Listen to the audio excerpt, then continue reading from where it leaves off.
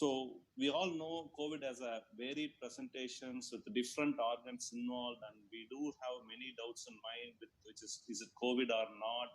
Are the investigations reliable? Are we really dealing with COVID, or is it a simple common cold? So in the pandemic situation, please consider for our own safety that all patients are COVID positive unless proved otherwise. Please have the safety precautions with follow them in all places, not just in your clinic, even in your common public place, because public, I am not sure the doctors are the most vulnerable, because people think that they are immortal. So we need to be on the better safe side. So as we all know, RT-PCR through a nasal swab and throat swab is considered as the gold standard for the diagnosis of COVID-19. But we also know that it is not going to pick up all the cases of COVID. So even in a bronchoalveolar lavage fluid, that is the most possible, but it's not possible all the time for any patient to undergo a BAL in this pandemic situation. Whereas you can see very clearly nasal swab and pharyngeal swab, the pickup ratio drops down.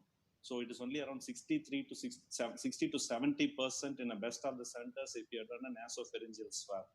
So the nasopharyngeal swab being negative, the government calculates it RT-PCR negative as a COVID negative. So public also thinks the same. So once they get the RT-PCR as negative, they think that they don't have COVID and they move from one clinic to another clinic.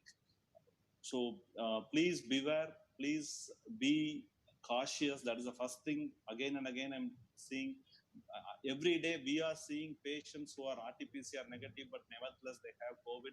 Being a specialist center, being sitting in a corporate hospital, we are able to convince the patients that yes, you may have negative RT-PCR, but you do have COVID indeed.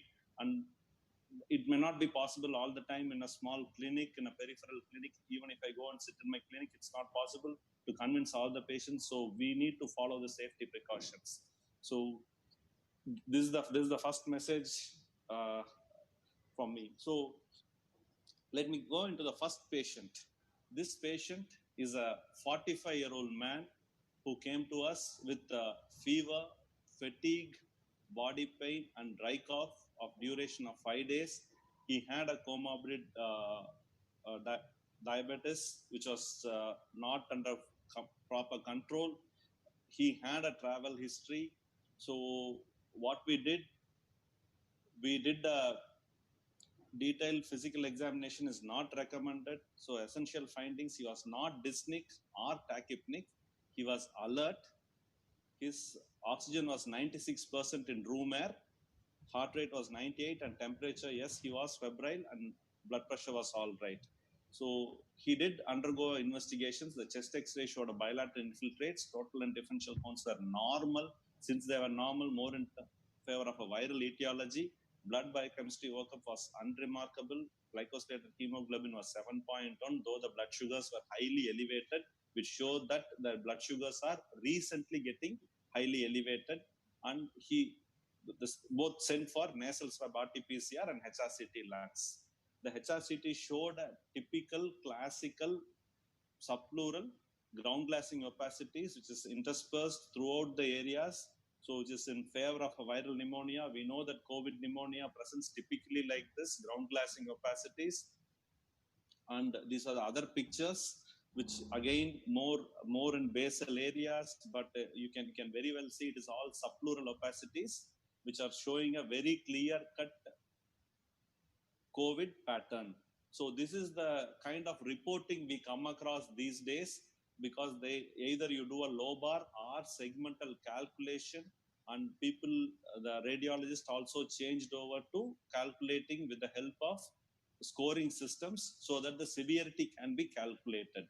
So the ground glassing opacities according to each and every segment on both lungs is calculated. And this, for this patient, the HRCT report was CORADS 5, which is highly likely to be a COVID patient, and CT severity index was 21 out of 40. The impression was high probability of acute viral pneumonia to consider COVID-19, And if what will happen if the RT-PCR is positive, it will become CORAD 6. People often mistake the CORAD scoring as a marker of severity. Please note it's not. CORAD score is only an association of likelihood. If CORAD score is 4, 5, it's more likely to be COVID. That doesn't denote the severity. For the severity, you need to have the CT severity index in place. It can be calculated by the lobes, which in which case comes to 25, or by the segments, in which case it comes to 40. The severity is based on if it's calculated for 25, less than 8, mild, 8 to 16, moderate, and more than 16 or 18, it's severe. So if there's a calculator for 40, then it is less than 18 is mild and more than 18 is severe disease. So for if we consider the RT-PCR, in this case, it came as positive. So the RT-PCR came as positive. The CT severity was in favor of a severe disease. So we started remdesivir as the antiviral treatment of choice as in moderate to severe COVID patients. It is started with the dosing of 200 milligram IV initially on the first dose. It's a start dose, which is followed by the 100 milligram IV once daily over the next 4 days, which needs to be infused over half an hour to 1 hour in 100 ml NS. First, initially mix it with 19 ml and make it to 20 ml solution and make it to 100 ml solution thereafter and infuse it. So the points to note here is RT-PCR is the gold standard. Yes, it is. But HRCT lungs plays an important role in the diagnosis as well as the severity assessment. RT-PCR doesn't have a role in severity assessment. It is the HRCT lungs and the other clinical and biochemistry parameters which will denote whether the patient is having a severe disease or not. So remdesivir is the antiviral treatment of choice in moderate to severe COVID-19 patients. Let me go into the second patient. This patient is a 60-year-old man who complained of cough and increasing dyspnea of duration of 10 days. He was waiting at home thinking that his cough will go down. Only when the dyspnea became increased and uncontrolled, then only he came to the hospital. He had a comorbid of diabetes. Again, because of COVID, he was not willing to go to a hospital so that like he can avoid a COVID infection, but diabetes was also not under control, but he didn't have any travel or contact history. So as again I said, detailed physical examination is not recommended during this COVID era. He was tachypnic, but not in a distress. SpO2, 80%. Yes, you guessed it right. It is the happy hypoxia. But he was alert. He was tachypnic, but he was not in any kind of distress. And temperature was normal. BP was 170 and heart rate was elevated at 112 minutes. So this gave us an instant clue that it should be or it could be COVID only. The total count showed a mild elevation. Differential count showed absolute lymphopenia, as well as NLC ratio was on the higher side. The glycosylated hemoglobin was 11.2. Except the sugars, the biochemistry parameters, other parameters were unremarkable. LFT and RFT were normal, and the other parameters were also normal, electrolytes. He underwent a HRCT scan. This was the HRCT scan report. Again, bilateral downglassing interspersed in all segments and all lobes. Not seeing the CT picture. Is there a lag, sir? Probably. I think, yeah, it's a lag, I think. No, probably. I think the net is slow here, sir, in my end. So there is a bilateral ground glassing which is interspersed in all segments.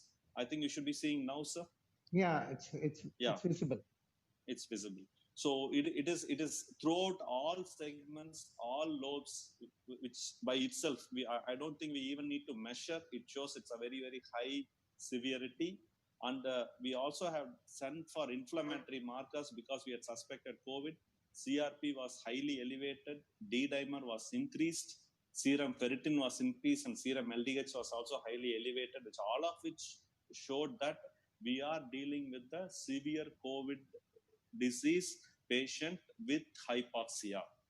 So because like Dr. Ravi Kumar remarked at the beginning, when to start remdesivir, when to start steroids, there is a very, very clear-cut trial in UK, recovery discovery trial, this recovery trial, which clearly showed that oxygen has to be started on onset of hypoxia. That is the best thing we can do.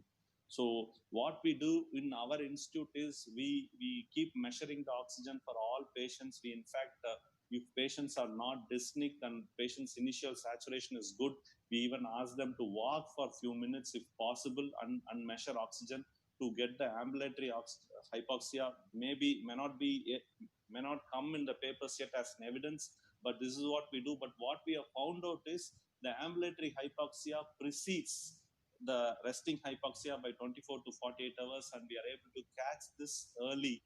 And if for hypoxia we have to start steroids, then this is be it. So this is the one indication where we need to start on steroids is hypoxia. Onset of hypoxia is when steroids are indicated. So what did we do? We started the patient on remdesivir and on corticosteroids.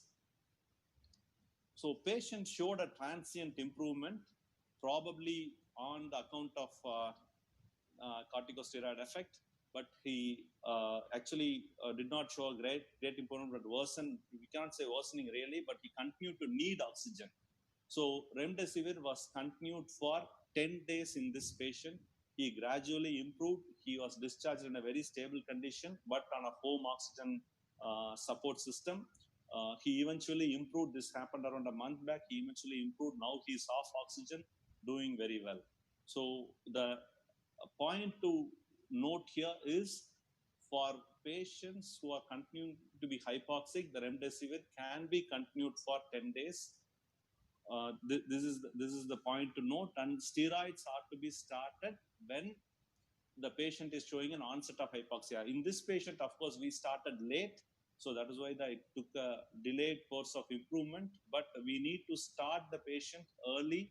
If even if you are home quarantining, I think the home quarantining should be associated with some sort of monitoring for oxygenation. So if we are measuring the temperature, if the patient is able to measure the SpO2 at home, then home quarantining is the solution for some of the patients who are very, very mild. But in case if we are not able to do that, then the patient will come with 80%, 70% oxygen on a happy hypoxia syndrome. Then it will be very difficult to salvage for us also, because the number of ICU beds are very, very limited. Dr. Shivakumar will agree with me that these are the most difficult patients, and they also take a long time to recover. So the bed is held up with a single patient for a long time. So the next patient, we are not getting the bed. So this is the difficulty. So let me go into the third patient. So this is about a 61-year-old man who complained of throat congestion and cough of duration of only 2 days, no fever, no breathing difficulty. Catch is that he is a renal transplant recipient on immunosuppressants. No contact history. Travel history was present some time back. So this is the kind of patient who we always have a problem with which way to deal with him. Okay, so this patient immediately, okay, he's a renal transplant recipient. We are not going to take any chance. We did a CT straight away. CT was as clean. At the most we can see some minimal basal patches in the fourth picture. If I don't know if I'll be able to see show the marker. So you can see some vague thing on both sides. So by that account, you can say a CT severity index of 2, but the radiologist felt it could be more of a dependent shadows. It's not really a picture which is suggestive of this thing. So they gave a RT-PCR score, CT severity score of 0, but the RT-PCR came positive. So now what to do? This man is already a renal transplant recipient. Now we are dealing with the patient who's do we have to give remdesivir or do we hold it back? Because one of the contraindications for remdesivir is reduced creatinine clearance, So we were in a dilemma. We thought, okay, we'll go by the patient's symptoms. Patient symptoms are all right. Patient's oxygenation is all right. So we thought we'll go with the oral medications. So in view of mild, minimal symptoms and HRCT being normal, we started an oral medication and we sent to COVID care center for observation. We didn't want to send him to home quarantine because of obvious reasons. We sent him to COVID care center. But promptly 4 days later, he came back. Like he was deteriorating and he came back and we admitted and started management in hospital. So we repeated a HRCT. We had to repeat the RT-PCR. Like I'm sorry, I didn't repeat the RT-PCR then. It is a thing. So this was the HRCT. So in 4 to 5 days time, you can see a florid worsening. Are you able to see the HRCT now, sir? Now it's okay. Now we are able. You can see the peripheral shadows throughout in all segments. So it is a florid COVID which is struck again. Now the CT severity score is 20/40, which is indicative of severe disease. HRCT shows acute worsening. The inflammatory markers went high. Patient was started on injection remdesivir as he did not show obviously a good improvement with oral medications. He gradually improved and his oxygen saturation in fact improved. We think that we are just lucky to get him back to normal levels. So the point to note that very early phase tests, probably we did a HRCT very early, so it may be showing a negative or very, very low severity. We need to consider the duration of illness for testing. In the hindsight, probably we should have delayed the HRCT by a couple of days. Then we could have got a different picture and we could have started remdesivir straight away. Like him, and we got really scared that we're going to lose him because he was worsening very acutely. So the question is, don't hesitate to repeat tests if you see a clinical worsening, and don't hesitate to switch viral agents as soon as possible. Antiviral agents need to be switched. So don't stick on to one dogmatically onto one antiviral agent. So that's where I end.